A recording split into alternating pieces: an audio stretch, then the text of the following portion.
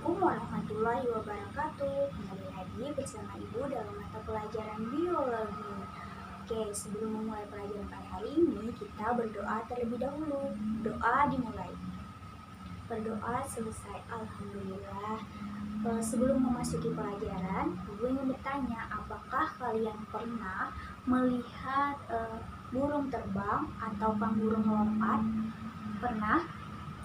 Iya, jadi sebenarnya untuk melakukan aktivitas itu ternyata hewan itu di tubuhnya itu juga tersusun atas berbagai jaringan yang mempunyai peran dan fungsinya masing-masing. Misalnya apa? Misalnya jaringan epitel, kemudian ada jaringan otot, ada jaringan saraf, ada jaringan darah, dan juga jaringan lemak serta jaringan-jaringan lainnya. Nah, itu ada kaitannya dengan materi kita hari ini, yaitu tentang struktur dan fungsi jaringan pada hewan.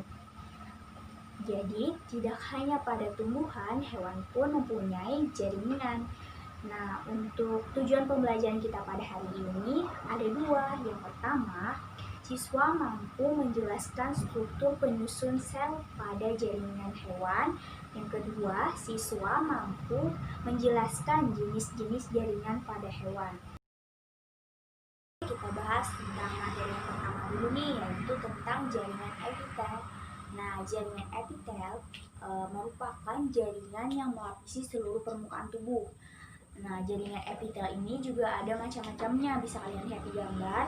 Yang pertama, ada jaringan epitel pipi selapis. Yang kedua, ada jaringan epitel pipi berlapis. Yang ketiga, ada jaringan epitel kubus. Dan yang keempat, ada jaringan epitel silindris lapis. Yang kelima, ada jaringan epitel silindris bersilia. Dan yang keenam, ada jaringan epitel silindris berlapis. Oke, kita bahas satu persatu. Yang pertama dulu yaitu jaringan epitel pipi selapis. Nah, ini merupakan jaringan yang tersusun dari sel-sel dengan bentuk pipi dan hanya satu lapis. Jaringan epitel pipi selapis ini mempunyai fungsi difusi zat-zat atau gas lain.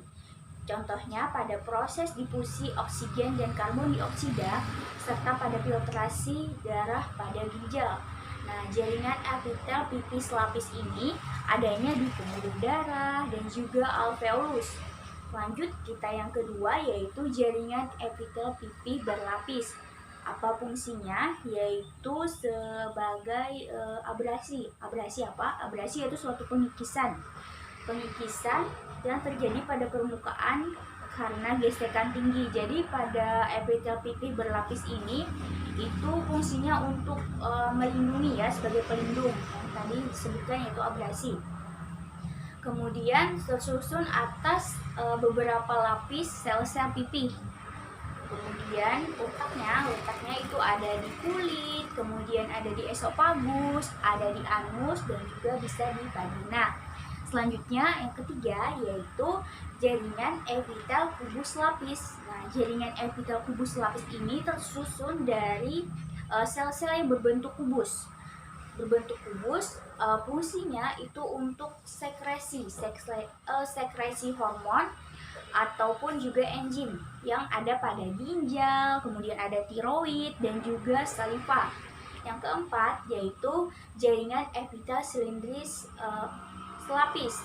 Fungsinya sebagai absorpsi. Absorpsi merupakan suatu penyerapan ya yang ada pada bagian dalam usus halus contohnya. Kemudian epitel silindris selapis ini juga tersusun atas sel-sel yang berbentuk silindris. Selanjutnya yang kelima adalah epitel silindris bersilia. Nah, epitel silindris bersilia ini kalau digambar itu dijelaskan, maksudnya disebutkan adalah epitel silindris semu berlapis.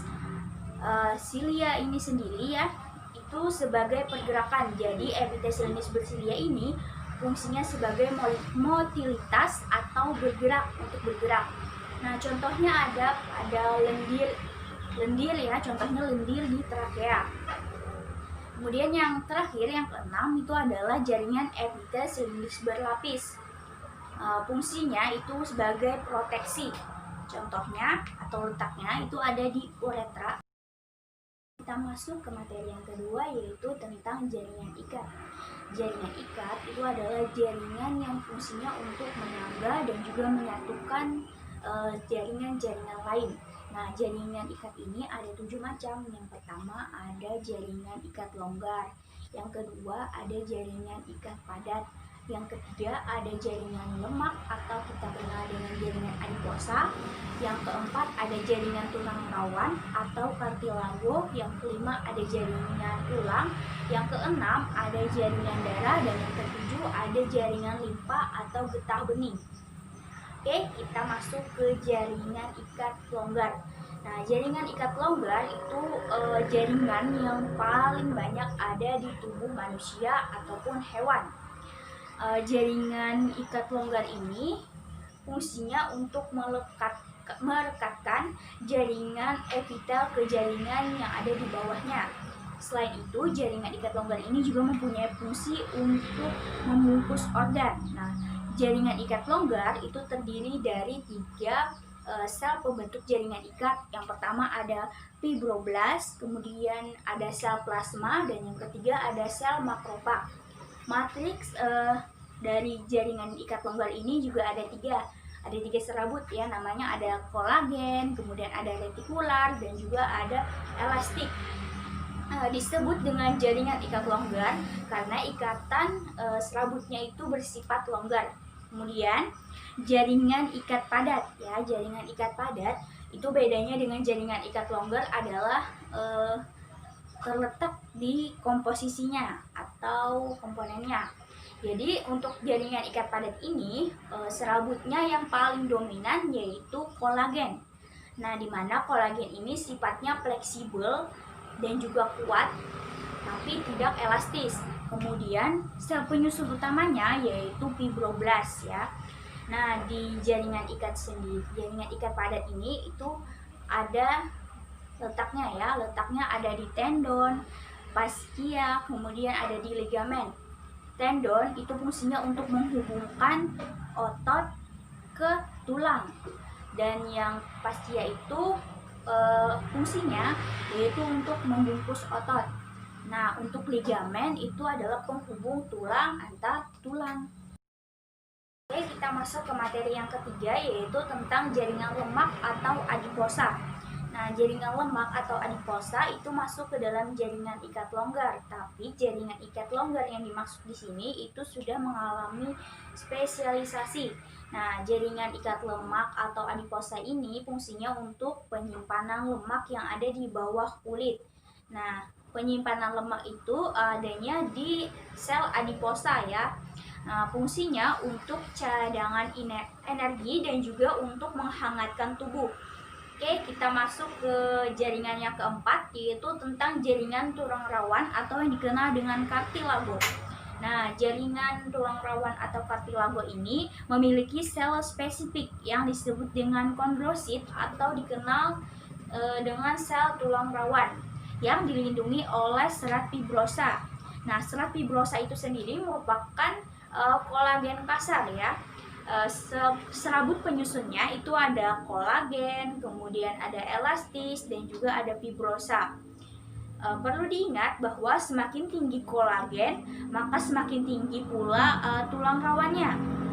Nah, untuk tulang rawan itu ada pembagiannya, ada 3. Yang pertama ada tulang rawan hialin, kemudian tulang rawan elastis, dan juga tulang rawan fibrosa. Bisa dilihat di gambar. Nah, pembagian tulang rawan itu berdasarkan perbedaan matriks ya. Oke, kita bahas tentang tulang rawan hialin dulu. Nah, tulang rawan hialin itu memiliki serabut elastis yang lebih besar daripada serabut kolagen. Nah, pada embrio itu tulang rawan hialin ini adanya di seluruh rangka.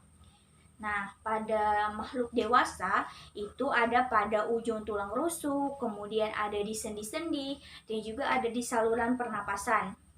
Selanjutnya ada tulang rawan elastis. Nah, tulang rawan elastis ini penyusunnya ada serabut elastis dan juga serabut kolagen. Fungsinya itu sendiri sebagai fleksibilitas karena adanya serabut elastis tadi, dan juga untuk sokongan karena ada kolagen. Nah, untuk letak tulang rawan elastis ini ada di laring, kemudian ada di daun telinga, dan juga ada di saluran telinga bagian luar. Kemudian yang ketiga, ada tulang rawan fibrosa. Nah, tulang rawan fibrosa ini penyusun dominannya itu adalah serabut fibrosa. Fungsinya apa? Fungsinya untuk penyokong dan juga untuk proteksi. Nah, letaknya ada di antar tulang. Oke, kita masuk ke jaringan tulang. Jaringan tulang merupakan jaringan yang ada pada jaringan ikat juga ya.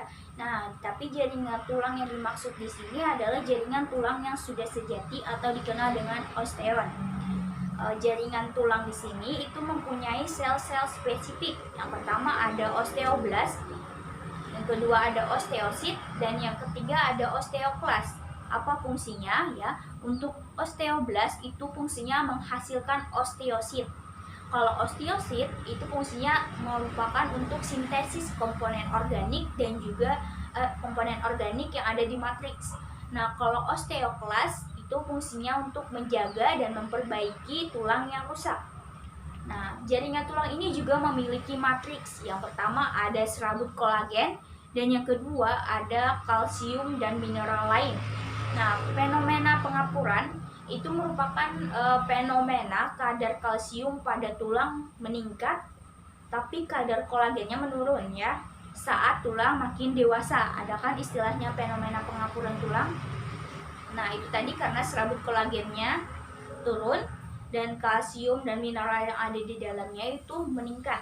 Nah, untuk fungsi tulang itu sendiri yaitu sebagai rangka, kemudian ada alat gerak, serta melindungi organ-organ tubuh. Bisa dilihat gambar jaringan tulang. Oke, kita masuk ke jaringan yang keenam, yaitu tentang jaringan darah. Darah itu sendiri tersusun atas dua komponen. Yang pertama ada yang namanya plasma darah, dan yang kedua ada namanya sel darah. Nah, si plasma ini berperan sebagai matriks ya. Jadi di jaringan darah itu masuk ke dalam jaringan ikat. Karena apa? Karena adanya matriks berupa plasma darah tadi. Nah, untuk sel darah itu fungsinya bisa mentransport ya oksigen karena adanya plasma darah. Nah, jadi selain itu maksudnya jaringan itu bisa diberi makan melalui nutrisi karena adanya plasma darah. Nah, plasma darah itu komponennya atau komposisinya ada air, kemudian ada zat organik, dan juga ada zat anorganik. Nah, untuk zat organiknya berupa apa? Contohnya protein ya. Kemudian zat anorganiknya itu adalah mineral. Nah, selanjutnya protein yang ada di plasma itu contohnya ada albumin, kemudian globulin, dan juga fibrinogen. Nah, tentunya fibrinogen ini sendiri itu tidak asing ya. Ada yang tahu apa? Betul. Nah, fibrinogen ini fungsinya untuk membantu proses pembekuan darah ya. Nah, fungsi utama untuk plasma darah ini juga itu untuk mengantarkan sari makanan dan juga sel darah ya. Seperti yang telah disebutkan tadi mengenai jaringan yang bisa diberi makan melalui nutrisi. Nah, untuk selanjutnya ada sel darah ya. Sel darah ini bisa terbagi menjadi beberapa macam. Bisa kalian lihat di gambar. Yang pertama ada sel darah merah atau yang namanya eritrosit, dan sel darah putih atau disebut dengan leukosit, dan juga keping-keping darah atau kita kenal dengan trombosit. Oke, kita masuk ke jaringan yang terakhir pada jaringan ikat, yaitu tentang jaringan limpa atau dikenal dengan jaringan getah bening. Nah, jaringan limpa atau getah bening ini tadi merupakan suatu cairan yang dikumpulkan dari berbagai macam jaringan ya, yang kembali ke aliran darah. Jaringan limpa itu menyebar di seluruh permukaan tubuh melalui pembuluh limpa. Untuk gambarnya bisa kalian lihat. Nah, jadi untuk jaringan limpa atau getah bening ini memiliki fungsi untuk kekebalan tubuh karena adanya limfosit. Nah, selanjutnya ada fungsinya untuk mengangkut cairan jaringan, protein, kemudian lemak, garam mineral, dan zat-zat lain dari jaringan ke sistem pembuluh. ke jaringan yang ketiga, yaitu jaringan otot. Jaringan otot mempunyai fungsi melakukan pergerakan pada berbagai anggota tubuh. Ya. Nah, untuk jaringan otot sendiri itu ada 3. Ada yang tahu? Betul, ada jaringan otot polos, otot lurik, dan juga otot jantung. Untuk gambarnya bisa kalian lihat mengenai macam-macam otot tadi. Nah, untuk ciri-ciri dari otot polos itu yang pertama ada tempatnya. Tempat adanya otot polos itu ada di dinding organ dalam seperti yang ada pada lambung, usus, kemudian juga ada pada kandung kemih serta pembuluh darah. Bentuk serabut selnya itu memanjang dan juga bentuknya gelondong serta memiliki ujung yang lancip. Jumlah nukleusnya pada otot polos ini hanya 1. Letaknya pun letak nukleus atau inti selnya itu di tengah-tengah. Bisa kalian lihat di gambar. Garis melintangnya itu tidak ada. Kemudian kecepatan kontraksinya otot polos ini yang paling lambat, serta kemampuan tetap kontraksi itu lama. Kemudian tipe kontrolnya itu tidak menurut kemauan. Selanjutnya kita masuk ke otot polos. Nah, untuk gambarnya bisa dilihat otot polos ini memiliki ciri yaitu pertama, tempatnya ada, ya tentu saja otot lurik ini ada atau melekat pada rangka. Kemudian bentuk serabut selnya itu memanjang tapi silindris dan ujungnya juga tumpul. Nah, untuk jumlah nukleusnya pada otot lurik ini sangat banyak, artinya banyak ya. Kemudian letak nukleusnya itu ada di tepi, bisa kalian lihat di gambar. Kemudian garis melintangnya ada, kecepatan kontraksinya paling cepat, kemampuan tetap kontraksinya sebentar, serta tipe kontrolnya itu menurut kemauan. Dan yang terakhir nih ada otot jantung, bisa kalian lihat di gambar. Tempatnya itu ada di dinding jantung. Kemudian bentuk serabut selnya juga memanjang serta berbentuk silindris, dan serabut selnya ini bercabang dan menyatu, bisa dilihat di gambar ya. Jumlah nukleusnya pun itu hanya 1. Nah, untuk letak nukleusnya ada di tengah. Garis melintangnya itu tidak ada. Garis melintangnya ada. Kemudian kecepatan kontraksinya itu sedang, serta kemampuan tetap kontraksinya itu juga sedang. Nah, terakhir nih ada tipe kontrolnya, itu tak menurut kemauan.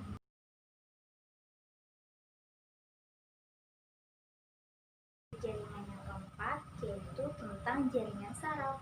Nah, jaringan saraf fungsinya sebagai penerima dan juga merespon adanya rangsangan serta menyampaikan rangsangan tadi ke pusat saraf serta bagian tubuh yang lain.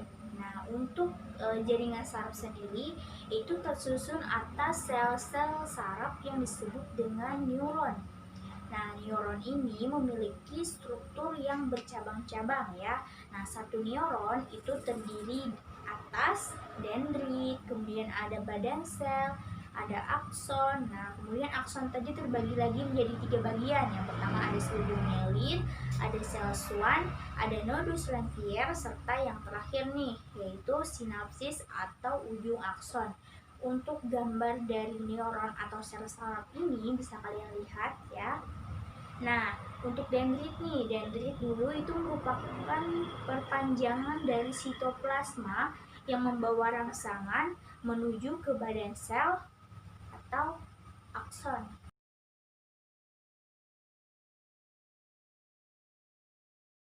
Sekian pembelajaran kita mengenai struktur dan fungsi jaringan hewan untuk hari ini. Alhamdulillah pembelajaran kita pada hari ini berjalan dengan lancar. Untuk tugas minggu depan ya, untuk tugas di kumpul minggu depan itu silahkan kalian membahas mengenai organ penyusun sistem organ pada hewan.